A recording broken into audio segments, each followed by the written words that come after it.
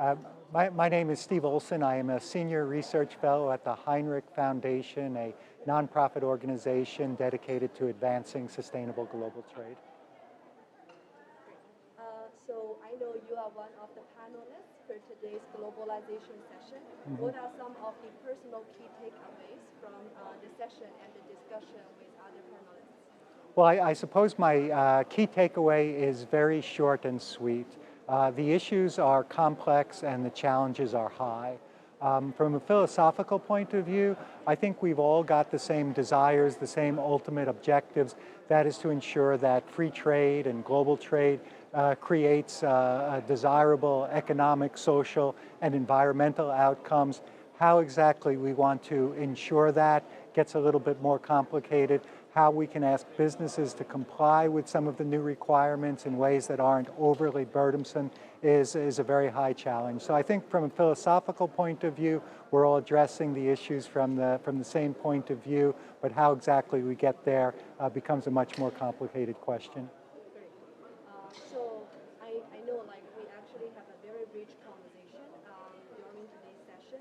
Is there something like you wanted to say but you didn't get a chance to?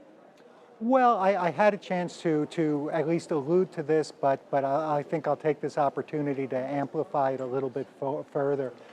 We're clearly at a critical inflection point in the history of our approach to global trade and to globalization more broadly.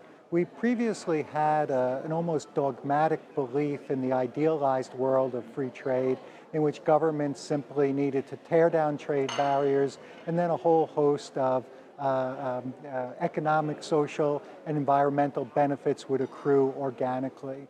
We're now recognizing that that really hasn't been the case to the extent that we hoped, and now business, governments, and civil societies have to work together more proactively to ensure that we get the economic, social, and environmental outcomes that we all desire. Very solid point.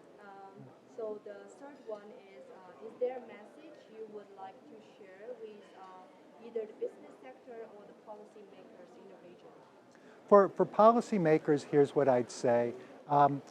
As you approach your free trade agreements, these types of issues need to be addressed, but be very careful about including provisions that are based on value-laden judgments, which might not be universally shared, and also be aware of the fact that these provisions need to be enforceable and need to be actually implemented. Otherwise, we've just engaged in an exercise in virtue signaling.